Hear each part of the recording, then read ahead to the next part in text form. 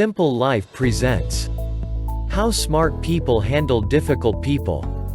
Becoming successful requires some emotional intelligence. Emotional intelligence offers you the stability to go the long haul. Through this process, you meet difficult and toxic people who defy logic and challenge your vitality. Difficult people offer you stress and negativity and could deny you the platform to attain each milestone. Here are some ways in which many emotionally intelligent people deal with difficult people. 1. They set limits. Complainers and negative people are bad news because they wallow in their problems and fail to focus on solutions. They want people to join their pity party so that they can feel better about themselves. People often feel pressure to listen to complainers because they don't want to be seen as callous or rude. But there's a fine line between lending a sympathetic ear and getting sucked into their negative emotional spiral. You can avoid this only by setting limits and distancing yourself when necessary. Think of it this way. If the complainer were smoking, would you sit there all afternoon inhaling the secondhand smoke? You'd distance yourself, and you should do the same with complainers. A great way to set limits is to ask complainers how they intend to fix the problem. They will either quiet down or redirect the conversation in a productive direction. 2. They rise above. Difficult people drive you crazy because their behavior is so irrational. Make no mistake about it, their behavior truly goes against reason. So why do you allow yourself to respond to them emotionally and get sucked into the mix? The more irrational and off-base someone is, the easier it should be for you to remove yourself from their traps. Quit trying to beat them at their own game. Distance yourself from them emotionally and approach your interactions like they're a science project. You don't need to respond to the emotional chaos, only the facts. 3. They stay aware of their emotions. Maintaining an emotional distance requires awareness. You can't stop someone from pushing your buttons if you don't recognize when it's happening. Sometimes you'll find yourself in situations where you'll need to regroup and choose the best way forward. This is fine, and you shouldn't be afraid to buy yourself some time to do so. Think of it this way. If a mentally unstable person approaches you on the street and tells you he's John F. Kennedy, you're unlikely to set him straight. When you find yourself with a coworker who is engaged in similarly derailed thinking, sometimes it's best to just smile and nod. If you're going to have to straighten them out, it's better to give yourself some time to plan the best way to go about it. 4. They establish boundaries. This is the area where most people tend to sell themselves short. They feel like because they work or live with someone, they have no way to control the chaos.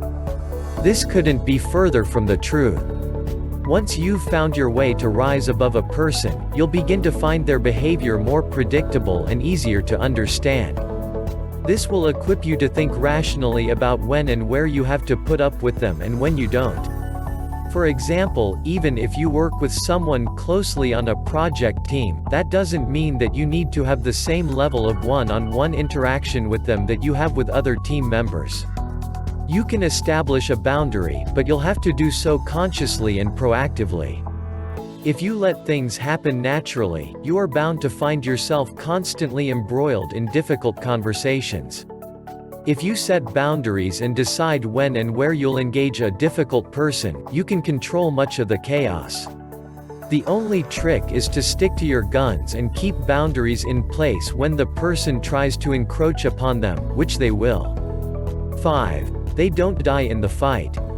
Smart people know how important it is to live to fight another day, especially when your foe is a toxic individual. In conflict, unchecked emotion makes you dig your heels in and fight the kind of battle that can leave you severely damaged. When you read and respond to your emotions, you're able to choose your battles wisely and only stand your ground when the time is right. 6. They don't focus on problems, only solutions. Where you focus your attention determines your emotional state. When you fixate on the problems you're facing, you create and prolong negative emotions and stress. When you focus on actions to better yourself and your circumstances, you create a sense of personal efficacy that produces positive emotions and reduces stress. When it comes to toxic people, fixating on how crazy and difficult they are giving them power over you. Quit thinking about how troubling your difficult person is, and focus instead on how you're going to go about handling them. This makes you more effective by putting you in control, and it will reduce the amount of stress you experience when interacting with them. 7. They don't forget. Emotionally intelligent people are quick to forgive, but that doesn't mean that they forget.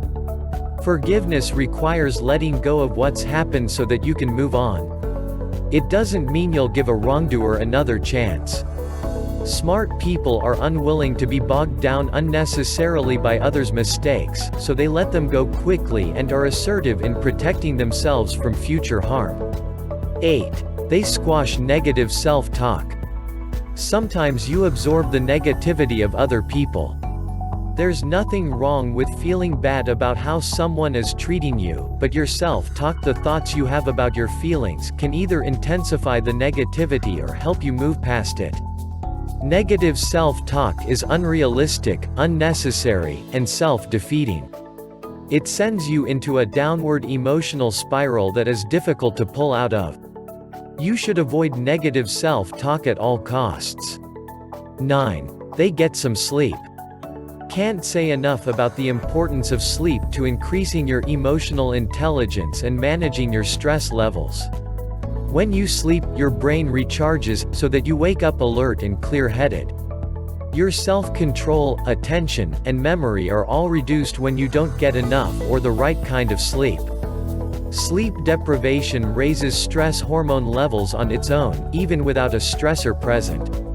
A good night's sleep makes you more positive, creative, and proactive in your approach to toxic people, giving you the perspective you need to deal effectively with them. 10. They use their support system. It's tempting, yet entirely ineffective, to attempt tackling everything by yourself. To deal with toxic people, you need to recognize the weaknesses in your approach to them. This means tapping into your support system to gain perspective on a challenging person. Everyone has someone at work and/or outside work who is on their team, rooting for them and ready to help them get the best from a difficult situation. Identify these individuals in your life and make an effort to seek their insight and assistance when you need it. Something as simple as explaining the situation can lead to a new perspective. Most of the time, other people can see a solution that you can't because they are not as emotionally invested in the situation. Bringing it all together. Before you get this system to work brilliantly, you're going to have to pass some tests. Most of the time, you will find yourself tested by touchy interactions with problem people. Thankfully, the plasticity of the brain allows it to mold and change as you practice new behaviors, even when you fail. Implementing these healthy, stress-relieving techniques for dealing with difficult people will train your brain to handle stress more effectively and decrease the likelihood of ill effects. Check out the link below for your free audiobook from Audible. If you like the video, do subscribe, like, and comment. Do hit the subscribe button and turn on the notification. Thank you for watching.